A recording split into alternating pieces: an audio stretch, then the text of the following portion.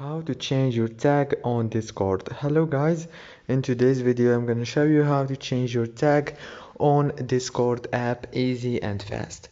So all what you have to do is go Discord. This is the home page as you can see right here. Now go down and click on this option.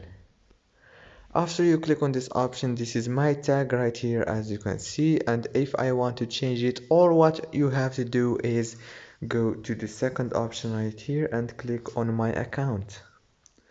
After you click on my account, now click on the first option, username,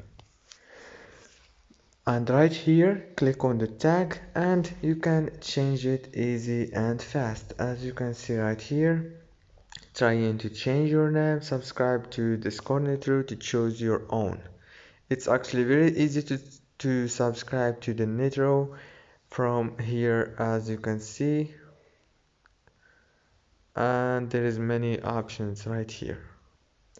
Don't forget to like and subscribe, and thank you so much.